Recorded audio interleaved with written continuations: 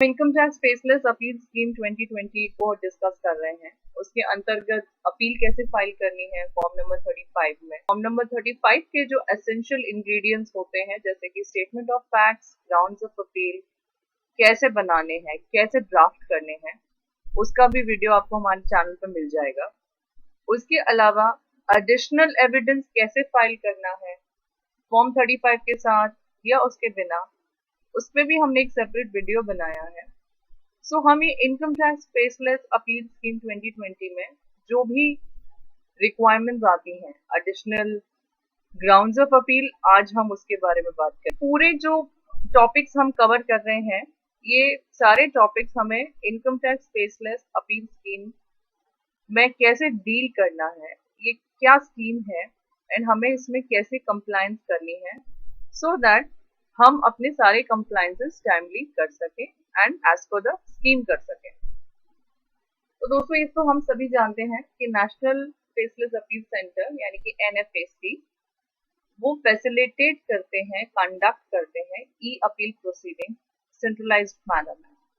तो अभी हम जितनी भी अपील्स फाइल करते हैं फॉर्म नंबर 35 में, वो सारी अपील्स जो है वो NFAC ही डिसाइड करते हैं कि वो उसे कैसे उसकी प्रोसीडिंग्स को फैसिलिटेट करेंगे। तो दोस्तों, हमें इस चीज का ध्यान रखना है कि ये जो पूरा जो प्रोसेस है, ये जो फेसलेस अपील है, पहले फेसलेस असेसमेंट था, फिर अब फेसलेस अपील भी आ गया है 25 सितंबर से। तो जो फेसलेस अपील है, ये टैक्स पेयर्स को सिर्फ कन्वीनियंस ही नहीं, बट वो ये भी इंश्योर करता है कि just and fair appeal orders pass हो रहे हैं, फर्दर लिटिगेशन होंगे नहीं, क्योंकि जो ये टीम होती है, ये पूरी की पूरी जो टीम है, वो सिर्फ एक आदमी की नहीं होती है। आपकी जो अपील यूनिट होती है, NFAC जो है अपील यूनिट को केस ट्रांसफर करती है, उनको ये इलेक्ट्रॉनिकली ही अलॉट होते हैं एंड फिर उसके बाद ये कोई भी हो सकता है। जहां भी स्पेयर कैपेसिटी होती है, सिस्टम इतना अच्छा बनाया है कि जहां भी स्पेयर कैपेसिटी हो वहां पे आपकी अपील लग जाएगी एंड अर्ली हियरिंग पे ऑटोमेटिकली आ जाएगी। अभी अपील्स को बहुत टाइम लगता है हियरिंग पे आने के लिए, बिकॉज जो वर्कलोड होता है CIT अपील्स के पास वो बहुत ज्यादा होता है। सो इसीलिए ये फेसलेस वाला कॉन्सेप्ट आया है। The new system will also be instrumental in imparting greater efficiency, transparency and accountability in the functioning of the income tax department. तो ये efficiency, transparency and accountability, and आप देख सकते हैं ये फेसलेस अपील में फॉर्म नंबर 35 हो, grounds of appeal हो, स्टेटमेंट ऑफ फैक्ट्स हो, ये आप कभी भी बना सकते हैं एंड कभी भी इसे अपलोड कर सकते हैं। इसके लिए आपको वो 10 to 5 वाला सिस्टम फॉलो नहीं करना है कि असेसिंग ऑफिसर नहीं मिला या CIT अपील के पास फाइल करना है वो, एंड बहुत सारा जो पेपर वर्क है वो पूरा का पूरा खत्म हो गया, क्योंकि पहले आप 3 सेट बनाते थे, एक अपने लिए, एक CIT अपील के लिए, आप एक कंसल्टेंट को भी देते थे। तो इतना सारा जो पेपर वर्क है एंड जो एडिशनल हमारा जो बर्डन होता है, टाइम का कंप्लायंस होता है कि डिपार्टमेंट जाओ, विजिट करो, ऑफिसर सीट पे नहीं है, तो ये सारी चीजें कर्व हो गई हैं। सो आज जो हम पूरे वीडियो में आज जो हम टॉपिक लेंगे वो है एडिशनल ग्राउंड्स ऑफ अपील। तो दोस्तों, नॉर्मली क्या होता है, हम जब असेसमेंट ऑर्डर पढ़ लेते हैं तो विद इन 30 डेज आपको अपील फाइल करनी होती है। सो आप ऑर्डर पढ़ते हैं, ऑर्डर पढ़ के कैसे आपको ग्राउंड्स उसमें से चूज करना है, तो आप उसका ये हमारा ग्राउंड्स ऑफ अपील का वीडियो आप जरूर देखिएगा। वो बहुत ही एलैबोरेटिव वीडियो है जिसमें आप बहुत इजीली पता कर पाएंगे कि आपको ग्राउंड्स कैसे लेने हैं। अपील यूनिट्स है वो फैसिलिटेट करेंगी conduct of appeal proceeding and disposal तक वो फैसिलिटेट करेंगी। तो ये जो एडिशनल ग्राउंड के बारे में हम बात कर रहे थे, ये एडिशनल ग्राउंड आपको कैसे रेज करना है, हम इसके बारे में ही इस वीडियो में बात करेंगे। Filing of additional ground. The appellant may file additional ground of appeal in such form as may be specified by the NFAC, specifying therein the reason for omission of such ground appeal filed by him. तो जो grounds of appeal है, ये grounds of appeal जो additional हम file करेंगे, additional ground of appeal file करने की requirement कब आती है वो भी हम इसमें डिस्कस करेंगे। अगर अभी तक आपने हमारे चैनल को सब्सक्राइब नहीं किया है तो आप प्लीज कर दीजिए faceless scheme, faceless assessment scheme and faceless appeal scheme, इन सब पे ही हमारे बहुत सारे वीडियोस बन चुके हैं, इन दी पाइपलाइन है। आपको जो भी वीडियो देखना हो आप उसे हमारे चैनल पे सर्च कर सकते हैं। बाई चांस अगर आपको कोई लिंक नहीं मिले तो आप मुझे जरूर लिखिएगा। So when the additional ground of appeal is filed, the NFAC additional ground of appeal हम कैसे फाइल करेंगे वो मैं आपको बताऊंगी, हमें कैसे वो लेटर ड्राफ्ट करना है। क्योंकि अब ये जितना भी हम फाइलिंग करेंगे वो सब सारा फोकस जो है उसका एडिशनल फोकस जो है वो रिटन कम्युनिकेशन पर आ गया है। बिकॉज अब सब कुछ ब्लैक एंड व्हाइट में होगा, ओरली कोई चीज डिस्कस नहीं होगी। आपको सारी की सारी चीजें ऑनलाइन प्लेटफॉर्म पे, डिजिटल प्लेटफॉर्म पे आपके ई फाइलिंग अकाउंट पे अपलोड करनी होगी। सो वहां पे हमारा रिटर्न वाला कंप्लायंस जो है वो बहुत इफेक्टिव होना चाहिए, with minimum effort and with the maximum output. तो वो हम कैसे लेंगे वो मैं आपको इस वीडियो में बताऊंगी। The NFAC shall send the additional ground of appeal. तो जब हम additional ground of appeal file करते हैं, पहले तो हमें डिसाइड करना है कि हमें एडिशनल ग्राउंड में क्या लेना है, और रीजंस हमें पता होने चाहिए कि यूं ही नहीं कि आपको कभी भी ध्यान आ गया कि अरे एक ग्राउंड और रेज कर देता हूँ। नो, आगे वाली स्लाइड्स में मैं आपको वो भी एक्सप्लेन करूंगी कि हमें ये एडिशनल ग्राउंड ऑफ अपील किस सिनेरियो में अलाउड होता है। So the NFAC shall send the additional ground of appeal to the NEAC और the AO for providing comments. ये नेक्स्ट प्रोसेस है। इस नेक्स्ट प्रोसेस को डिस्कस करने से पहले, इस स्लाइड को डिस्कस करने से पहले मैं आपको ये बता दूं कि एयू जो है, जब आप अपना additional ground of appeal file करते हैं तो अपील यूनिट के पास हो जाता है। एनएफएसी उसे अपील यूनिट को सेंड करता है जहां पे आपका केस हियरिंग के लिए है। So the AU shall, after taking into consideration the comments received from the NEAC or the assessing officer, whatever the case may be, if it is satisfied, ये देखिए मैंने इसे रेड किया हुआ है, बोल्ड किया हुआ है, if it is satisfied। सो हमें वहां पे सेटिस्फैक्शन का ध्यान देना है कि जब हम additional ground of appeal raise कर रहे हैं तो हमें उन्हें ये सेटिस्फाई करना चाहिए कि वो जो हमने एडिशनल ग्राउंड ऑफ अपील जो हम भूल गए थे, पहले भूल गए थे और अब उसे एडिशनली फाइल कर रहे हैं, तो उसमें हमारा कोई विलफुल डिफॉल्ट नहीं है।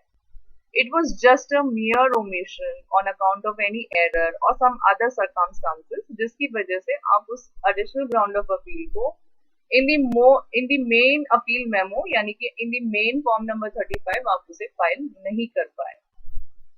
So if it is satisfied that the omission of additional ground from the form of appeal means form number 35 was not willful or reasonable, admit such ground। इसी एक सिनारियो में वो आपका एडिशनल ग्राउंड एडमिट करेंगे। पहले दोस्तों क्या होता था, हम commissioner of income tax office के सामने पर्सनल हियरिंग के लिए जाते थे, वहां हम उन्हें कई बार ओरली भी कह देते तो वो उसे रिकॉर्ड कर लेते। बट अब हमारे पास कहीं भी फेस टू फेस इंटरेक्शन नहीं है, तो हमें इस बात को समझना होगा। एंड इसीलिए जो मैं कह रही हूँ कि अब हमारा जो रिटर्न वाला जो ड्राफ्टिंग है उसमें बहुत ज्यादा फोकस आ गया है। So with minimum words, strong representation, ये अब हमारा फोकस रहेगा। तो आगे भी जो मैं आपको ड्राफ्टिंग बताऊंगी कि हमें कैसे एडिशनल ग्राउंड ड्राफ्ट करना है, कैसे वो लेटर देना है, तो वो उसके लिए आपको मेरे साथ एंड तक बने रहना है। So the next point is, in any other case, not admit the additional ground for reasons to be recorded in writing and intimate the NFAC। So जो अपील यूनिट है, अगर उसने आपका लेटर पढ़ के वो अगर अंडरस्टैंड कर लेते हैं, जो कि नॉर्मली 90% केसेस में वो अलाउ करते हैं, डिपार्टमेंट इज वेरी पेक्यूलियर कि वो आपकी सारी चीजें सुने एंड अंडरस्टैंड करे, अनलेस उन्हें यह ना लगे कि you are just playing with the provisions. ऐसा नहीं होना चाहिए।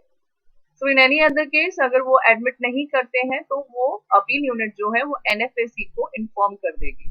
एनएफएसी इंटर्न, जो कि बिल्कुल नेचुरल है, वो आपको कम्युनिकेट करेगी एंड असेसिंग ऑफिसर को, एनईएसी को कम्युनिकेट करेगी कि वो एडमिट हुए हैं एडिशनल ग्राउंड्स आपके या वो रिजेक्ट हुए हैं।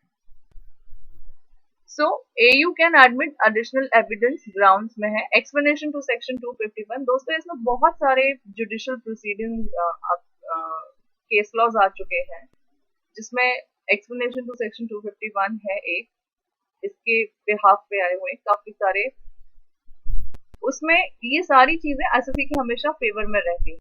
तो in disposing of any appeal, the appeal unit may consider and decide any matter arising out of the proceedings in which the order of appeal against was passed, notwithstanding such matter was not raised by the AU before the AU by the appellant. तो अगर आपने कोई matter raise पहले नहीं किया है, so it doesn't make any difference.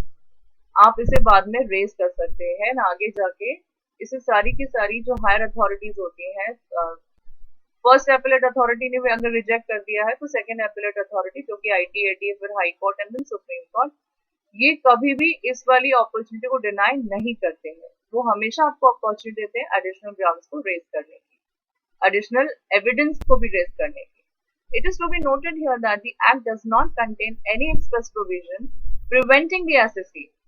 कोई भी एक्ट में कोई भी रूल या लॉ ऐसा नहीं बना है, कहीं भी कोई लाइन ऐसी नहीं लिखी है जिसमें एसएससी को प्रिवेंट किया गया है कि वो नए ग्राउंड्स या नया एविडेंस नहीं ला सकते सामने. जब तक केस फाइनल नहीं हुआ है तब तक वो अपने ग्राउंड्स को या अपनी बात को हमेशा रख सकते हैं. एडिशनल ग्राउंड्स को रेज करने में कभी भी उन्होंने ना आपको मना किया है एंड वो आपको सुनते हैं. So let's come back. And there is no provision in the Act restricting the appellate authority to entertain such new ground in the appeal. In the absence of statutory bar, the appellate authority is vested with the power, which is coterminous with that of the original authority, to allow the SSC to raise new ground if same is bona fide and not willful or unreasonable. तो बस emphasis जो दिया है वो bona fide होना चाहिए and should not be willful or unreasonable. If facts not on the record, ये कुछ जुडिशियल प्रोनाउंसमेंट्स हैं हमारे सामने जो हमारे इस केस को स्ट्रॉन्ग कर देते हैं. सो अभी तक तो मैंने नहीं देखा है कि कोई रिजेक्ट करता हो. देयर वंस इन कोई ऐसा केस लॉ आया है जिसने एडिशनल ग्राउंड्स को अलाउ नहीं किया है एंड उसके बाद वो फाइनली इनकम टैक्स डिपार्टमेंट ने बाद में higher authorities even the supreme court ने उसे अलाउ किया है. So if facts not on record, additional grounds of appeal can be admitted and matter may be set aside for verification by AO. It's very natural कि अगर आपने first appellate authority के सामने कोई एडिशनल ग्राउंड रेज किया है तो वो AO के पास जरूर जाएगा, रिमांड बैक होगा for his remand report whether आपने एडिशनल ग्राउंड दिया है और एडिशनल सबमिशन दिए हैं या एडिशनल एविडेंसेस दिए हैं. सो उसमें वो AO का भी व्यू लेंगे. By when can we file the additional ground? तो एडिशनल ग्राउंड फाइल करने का टाइमिंग क्या है? तो फ्रेंड्स इसमें कोई टाइम लिमिट नहीं है. तो जैसे कि मैंने बताया पहली वाली स्लाइड में कि सिंस आपके पास जो कोई लॉ ही नहीं है जो आपको रेस्ट्रिक्ट करता है कि आपको एडिशनल ग्राउंड नहीं रेज करने चाहिए, तो जब कोई लॉ रेस्ट्रिक्शन के लिए है ही नहीं तो टाइम लिमिट तो उसका ऑब्वियसली नहीं होगा. So there is no time limit to file additional grounds of appeal. जब तक आपकी अपील डिस्पोज ऑफ नहीं हुई है, you may consider that you always have an opportunity to raise an additional ground. Next is the SSC is entitled to raise new ground which was not raised before AO, nor state many grounds of appeal. These are the key points which I am giving you. Authority of the appellate authority is coextensive with that of the NASCO assessing officer. Coextensive authority है appellate authority के पास, that means appeal unit के पास. More over section 255 ये section है, आप detail में इसको पढ़ सकते हैं, allows the SSC to raise an issue not even forming part of the grounds of appeal. Okay, so now we have an additional ground shall be raised if there was any error. हाँ, यहाँ पे आप एक चीज ध्यान रखिएगा कि हम नॉर्मली एडिशनल ग्राउंड किस सिनेरियो में रेज करते हैं. सो मैंने कुछ सिनेरियोज कवर अप किए हैं कि कोई एरर था जिसकी वजह से कोई नया पॉइंट आपके सामने आ गया है. उस समय असेसमेंट ऑर्डर पढ़ते समय, ग्राउंड्स ऑफ अपील बनाते समय जो हमारा जो वीडियो है ग्राउंड्स ऑफ अपील वाला, उसमें मैंने बताया है कि आपको ऑर्डर कैसे पढ़ना है, उसके ग्राउंड्स कैसे जॉट डाउन करने हैं. तो कई बार ऐसा होता है कि हम किसी एक स्पेसिफिक पॉइंट को दिमाग में रख के चलते हैं एंड तो हम जो उसका सेकंड वाला पॉइंट होता है, सेकंड एस्पेक्ट होता है, हम उसे स्किप कर देते हैं. तो बाय चांस अगर ये चीज हुई है एंड ये गलती हुई है तो आप इसको करेक्ट कर सकते हैं.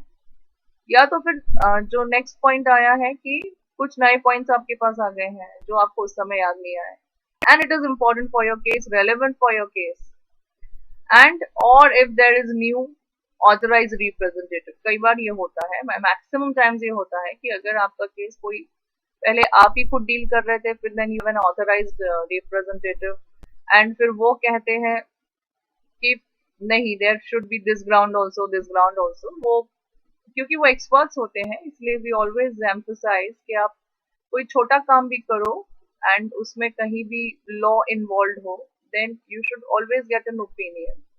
टेक्निकल काम हो, मतलब जो प्रोसीजरल एस्पेक्ट वाला काम हो, that you can do, but where you need some expertise, वहां पे you should always look up to the professional जो इसे करना जानते हैं।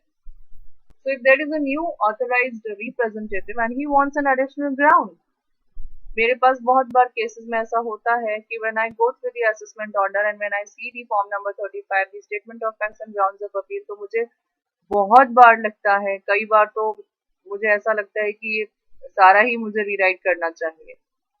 So many times it happens कि आपने जो जिस सर्कमस्टांसेस में भी अपने ग्राउंड्स फाइल किए हो, फॉर्म 35 फाइल किया हो, कैजुअली फाइल किया हो, so now when it comes to representation and आप उसे रिप्रेजेंट कर रहे हैं डिपार्टमेंट के सामने, आप तो फेसलेस रिप्रेजेंटेशन है, बट डेफिनेटली स्ट्रांगली वर्डेड होना चाहिए।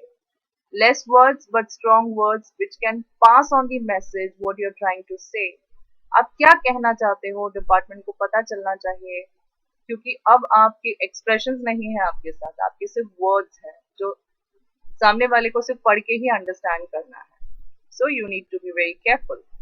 इन the original grounds of appeal always include the residuary clause. आप मेरा वीडियो देखेंगे ग्राउंड्स ऑफ अपील का, उसमें मैंने बहुत क्लियरली बताया हुआ है, वेरियस ग्राउंड्स बताए हैं कि आपको ये ऑल्टरनेट ग्राउंड रखना है, इसमें एडिशनल ग्राउंड के लिए जगह रखनी है, एंड आपको एक रेसिडुअरी क्लॉज रखना है जो लास्ट क्लॉज होता है, which says that the appellant craves leave to add, alter, modify or delete any of the ground of appeal.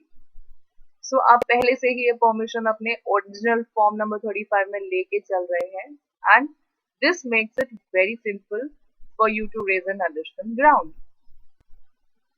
Next we have is the appeal proceedings under the Income Tax Act are not adversary proceedings, and अब वो आपने clause अगर आपने वो clause raise नहीं किया है, ये पहला वाला जो क्लॉज मैं आपको बता रही थी, residuary clause, this point number 4 here, this is a residuary clause. Even अगर आपने ये क्लॉज मेंशन नहीं किया है, करो आप अगर करोगे तो ये बहुत अच्छा है, you are already asking for a leave कि हाँ मैं आप मुझे परमिट कीजिए कि मैं ऐड, ऑल्टर, मॉडिफाई या डिलीट कर सकता हूँ कोई भी ground of appeal. But by chance, by any chance अगर आपने इसे मिस आउट किया है, then I have this next slide for you which is very interesting. So appeal proceedings under the Income Tax Act are not adversary proceedings, and appellate authorities discharge quasi judicial functions. Assessment proceedings itself are quasi judicial in nature, and appeal proceedings before the appeal unit are continuation of assessment proceedings. देखिए, this is so beautifully worded. मतलब आपका जो assessment हो रहा था और आपने अब जो अपील फाइल की है, it is just like a continuation of the assessment proceeding. So अगर कुछ आप वहां स्किप कर गए हो तो आप यहाँ डेफिनेटली उसे रेज कर सकते हो। So what I said is, जब तक आपकी अपील हियर होके, हर्ड करके नहीं हुई है एंड फाइनल आपका ऑर्डर नहीं आया है, तब तक you have all the chances कि आप एडिशनल ग्राउंड रेज कर सकते हो, अपनी गलतियां जो है उसे जो एरर्स है, जो आपने एरर किए हैं, उसे आप रेक्टिफाई। तो the AU has been specifically granted power of enhancement। हाँ, क्योंकि एनहांसमेंट की भी पावर उनके पास है, तो इट्स वेरी नेचुरल कि जब एनहांसमेंट की पावर्स है तो उनको आपको सुनने की भी पावर होगी, एंड आपकी एविडेंसेस को ऑन द रिकॉर्ड लेने की भी उनको रिक्वायरमेंट है। As appeal proceedings are continuation of assessment proceedings, assessee can, in appeal for the first time, make a claim which was not raised even before the assessing officer. ये वाला जो paragraph है ये और आगे एक लेवल लेके जा रहा है।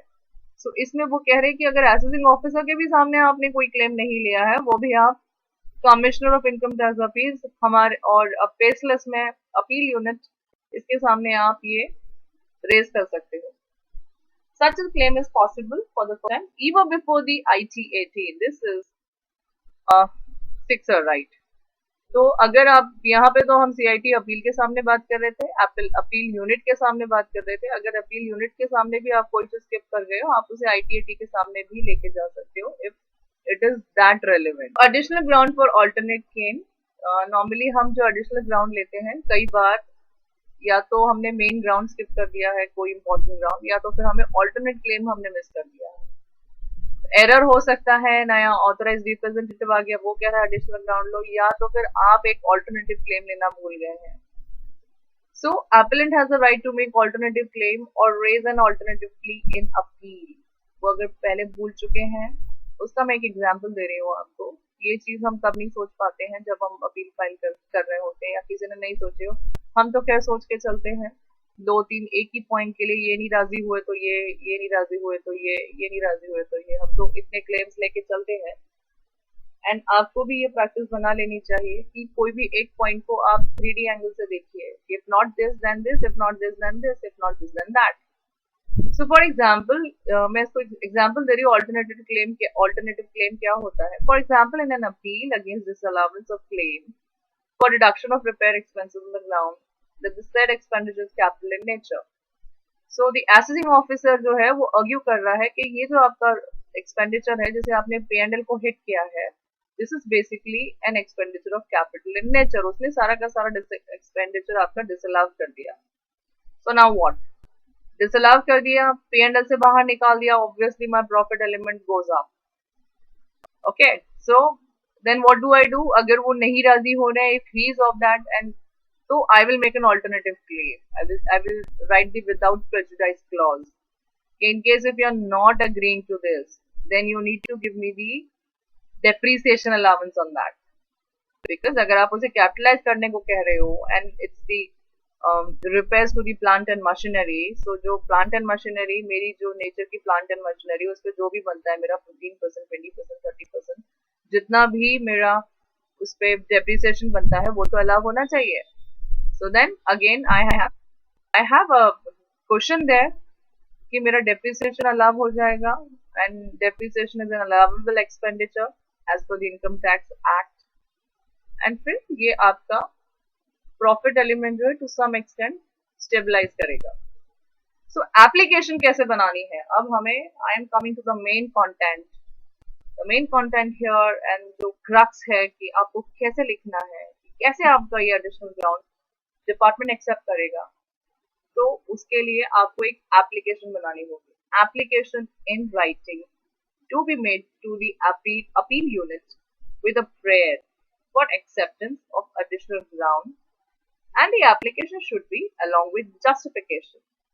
सो मैंने आपको रूल तो पढ़ के बताया है कि आपके जो एप्लीकेशन है उसमें जस्टिफिकेशन होना चाहिए। सो मैं आपको एप्लीकेशन कैसे बनानी है, फेसलेस में कैसे बनानी है, हमने एक ऐसी एप्लीकेशन बनाई हुई है, सेम टू सेम मैं आपके साथ शेयर करूंगी। So let me just open it. So this is my application. Application बिल्कुल प्लेन पेपर पे बनाना है, इट्स नॉट नेसेसरी कि आपको बहुत हैंकी पैंकी करना है उसे। You can make it on a plain paper if you are in company और सम एस्टैब्लिशमेंट एंड आप लेटर हेड यूज करते हैं, तो आप उसे लेटर हेड पे भी बना सकते हैं। So now you have here National Faceless, I'm writing the date, I'm writing the National Faceless Appeal Center, Delhi. Subject is raising of additional ground. So then I'm writing mera naam, this is my name, or the client name, whatever. Assessment year लिखा है, appeal number का हम reference देंगे। This is National Faceless Appeal Center का notice under section, this is the notice जो मुझे receive हुआ था hearing के लिए।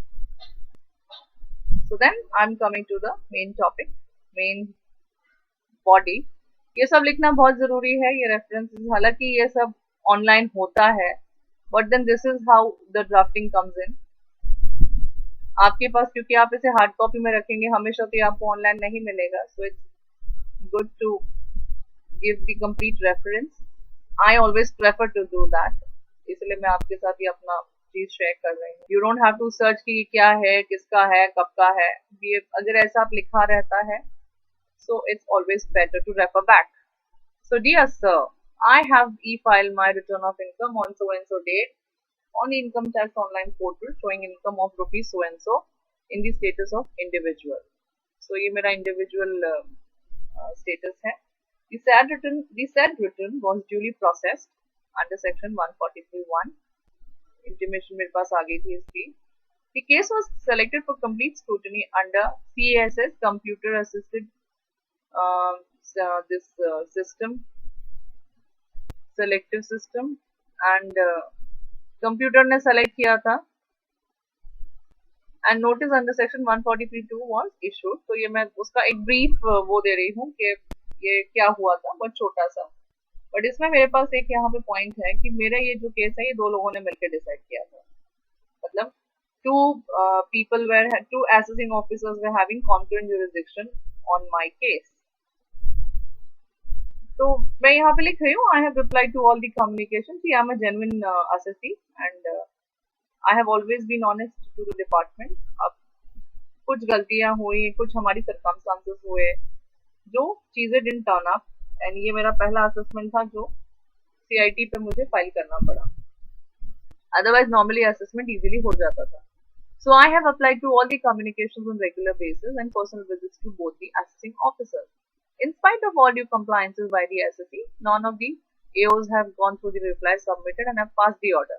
So this is my straight away this thing कि किसी ने भी मेरे चीजों पे ध्यान नहीं दिया है. और अब फिर बाद में मैंने यहाँ पे अपना एक रीजन दिया है that in the month of January order pass हुआ है, असेसमेंट ऑर्डर जो आया है वो दिसंबर में आया है, and उसके नेक्स्ट जनवरी में ही the next month I had met with an unforeseen circumstance. मेरे केस में unforeseen circumstance था that the assessee's father passed away. So उसने 30 दिन के अंदर अपील फाइल कर दी, वही बहुत था. But then he couldn't concentrate कि फॉर्म 35 में grounds of appeal, statement of facts कैसे गए हैं. So now अब जब केस हियरिंग पे आया है, so he is just looking into it. So this is the reason यहाँ पे कि I am so confident कि मेरा ये जो additional ground है उसे admit कर लिया जाएगा. So as you may understand the pain and grief in which my family was suffering, appeal to the CITA was filed with the grounds of appeal as could be inferred from the assessment order. So it's obviously बहुत ज़्यादा दिमाग नहीं लगाया है, जैसा on the face of the assessment order लगा वो हमने लिख दिया. Since two AOs were involved, many evidences produced at the time of hearing has not been accounted for, due to which unreasonable and unwarranted additions have been done. So now I am coming to the main part of my application. I would now like to raise the same as per the following grounds of appeal. Additional grounds of appeal. I am making this so. इसमें आपको ध्यान रखना है जो आपने ground of appeal already आपके form number 35 में main appeal memo में जो आपने फाइल किया है उसके आगे का ग्राउंड ऑफ अपील का नंबर हम चलाएंगे, क्योंकि जब हम रिटर्न सबमिशन बनाएंगे, रिटर्न सबमिशन जब हम बनाएंगे, जिसका मैं एक वीडियो भी आपको हमारे चैनल पर मिल जाएगा, तो उसमें भी मैं आपको एक्सप्लेन करूंगी कितना beautifully art of drafting, art of writing return submission to the CIT appeal और दी अपील अथॉरिटी यूनिट. तो उसमें भी मैं आपको बताऊंगी कि कितनी ब्यूटीफुल तरीके से हम कितने सारे टॉपिक्स पे, कितने सारे ग्राउंड्स पे कॉमन ग्राउंड्स लेंगे जिसपे हम रिटर्न सबमिशन बनाएंगे. तो एक बार आप मेरा वो रिटर्न सबमिशन वाला वीडियो देख लोगे, देन आपको कोई भी रिटर्न सबमिशन से दिक्कत नहीं आएगी. ड्राफ्टिंग में सारे डूज एंड डोंट्स आएंगे and it's going to be amazing. Well, let's come back to the additional ground. तो मैंने यहाँ पे लिखा हुआ है, ये ड्राफ्टिंग जो है ग्राउंड्स की, मेरे ग्राउंड्स ऑफ अपील वाले आपको वीडियो में मिल जाएगी. Assessing officer erred in law and in facts and circumstances of the case and made an ad hoc disallowance of so and so rupees, treating the same as to be of capital nature and without appreciating that the said expenses were incurred wholly and exclusively for the purpose of business. तो ये मेरा एक addition था जो मेरा रह गया था, क्योंकि उसने कैपिटलाइज कर दिया तो तब दिमाग नहीं लगा कि उसने कैपिटल नेचर डाला है. एंड देन फिर मैं ऑल्टरनेटिव प्ली ले रही हूँ. Repairs to the plant and machinery alternative plea वही है कि मेरा जो रेट ऑफ डेप्रिसिएशन है, एटलीस्ट मेरा डेप्रिसिएशन तो अलाव करो. कैपिटल भी कह रहे हैं और डेप्रिसिएशन भी नहीं दोगे, सो दैट्स नॉट डन. सो ऐसे ही अगर आपके पास मेरा यहाँ पे एक ग्राउंड ऑफ अपील और है, इसमें फॉरेन एक्सपेंडिचर्स उसने डिसअलाव किए हैं, तो even that I have missed out, तो मैं वो भी इनकॉर्पोरेट करूंगी इसमें. So request you to kindly consider the above additional grounds of appeal. ये मेरा closing line होगा and then I'm going to say thank you so much. मेरी closing celebration. So friends, आपने देखा ये मैंने देखो कितने अच्छे से इसकी आपको main body starting salutation and बीच का हमने references जो दिया है ये कितने अच्छे तरीके से हमने इसको beautifully and जो drafting भी है and इसका presentation भी है इतना सुंदर है. कहीं भी आपको क्लटर्डनेस या डॉक्यूमेंट में बहुत कुछ भरा हुआ है ये सब नहीं है. तो फ्रेंड्स अब क्या होगा जब आप अपना ये additional ground of appeal upload कर देंगे. अपलोड कैसे करेंगे आप? जब आपको जैसे मैंने आपको ये रेफरेंस दिया हुआ है यहाँ पे सीआईटी अपील का, ये देखिए दिस इज द रेफरेंस. तो यहाँ पे मैंने ये रेफरेंस दिया हुआ है सीआईटी अपील का. तो जब ये आपके पास नोटिस आएगा तो पोर्टल पे सबमिट करने के लिए आपके पास ऑप्शन ओपन हो जाएगा. ऐसे रिप्लाई सबमिट के बहुत सारे वीडियोस मैंने बनाए हुए हैं, वो आप देख लीजिए हमारे चैनल पे ही. अगर कहीं दिक्कत आती है तो आप प्लीज मुझे लिखिएगा कमेंट्स में. I will be happy to answer it. And ये तो बहुत सिंपल है. आप जैसे ही आपके कंप्लायंस वाले आप जैसे ही लॉग इन करेंगे एंड अपने प्रोफाइल में वर्क लिस्ट में जाके जब आप अपना वर्क देखेंगे तो उसमें जब ये आपको नोटिस दिख जाएगा तो इस नोटिस पे आप जैसे ही क्लिक करेंगे तो आपको वो आपके रिटर्न सबमिशन सबमिट करने के लिए वो पूछेगा. बस वहीं पर आपको जाके अपना ये एडिशनल ग्राउंड ऑफ अपील का जो लेटर है, ये जो ड्राफ्टेड लेटर है अलोंग विद द रीजन है, अलोंग विद एक्सप्लेनेशन है, अलोंग विद एडिशनल ग्राउंड है, न्यू ग्राउंड्स है, ऑल्टरनेटिव ग्राउंड्स है, इसके साथ हमें इसे फाइल करना है. आप जैसे इसे अपलोड कर दोगे तो ये एनएफएसी के पास चला जाएगा एंड वहां से अपील यूनिट इसे एक्सेस करके इसे देख लेंगे. तो इसके बाद का जो प्रोसेस था जो मैं आपको पहली स्लाइड पे लेके गई थी, I will take you back to that slide. So I am now coming back to the slide जिसमें हम additional ground where the additional ground of appeal is filed. Okay, अब हमने वो ड्राफ्टिंग जो मैंने आपको बताई वो फाइल हो गई है. उसके बाद का प्रोसेस ये होगा कि एनएफएसी जो है वो एडिशनल ग्राउंड्स ऑफ अपील को एनईएसी या एओ को भेजेगी उनके कमेंट्स के लिए. And NEAC AO as the case में भी शैल फर्निश देयर कमेंट्स. फिर वो जो भी टाइम अपीलेट अथॉरिटी ने दिया हुआ है, अपील यूनिट ने दिया हुआ है एनईएसी और एओ को, उस डेट और टाइम की कंप्लायंस में रहते हुए वो अपना कमेंट्स रेज करेंगे, कमेंट्स देंगे कि एसएससी ने जो लिखा है वो सही है गलत है. एंड फिर उसके बाद where comments are filed by the NEAC AO the NFAC shall send comments to the AU. Appeal unit के पास उसके कमेंट्स चले जाएंगे and where no such comments are filed shall inform the AO. अगर एनईएसी या एओ को कुछ नहीं कहना है उसके बारे में तो फिर वो कुछ नहीं कहेंगे. एंड फिर उसके बाद जो अपील यूनिट है वो अपना ओन डिसीजन लेंगी क्योंकि उनके पास डिस्क्रिशनरी पावर्स होती हैं कोई भी चीज को एक्सेप्ट करने की, एडमिट करने की, रिजेक्ट करने की. एंड फिर वो उसे एक्सेप्ट करेंगे. एक्सेप्ट करने के बाद वो आपका इसको रिटर्न ऑर्डर पास करेंगे. रिजेक्ट करेंगे तो उसके वो रीजन देंगे कि वो क्यों आपके एडिशनल ग्राउंड ऑफ अपील को कंसिडर नहीं कर सकते.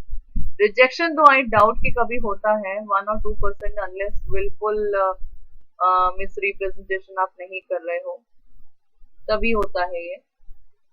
सो अदरवाइज वो नॉर्मली इसे अलाउ करते हैं. I hope this was very useful.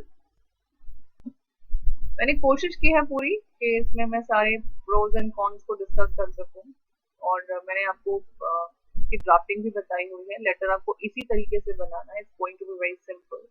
Additional grounds हमें बहुत बार रेज करने ही होते हैं. So this is going to be a good and informative task video for you.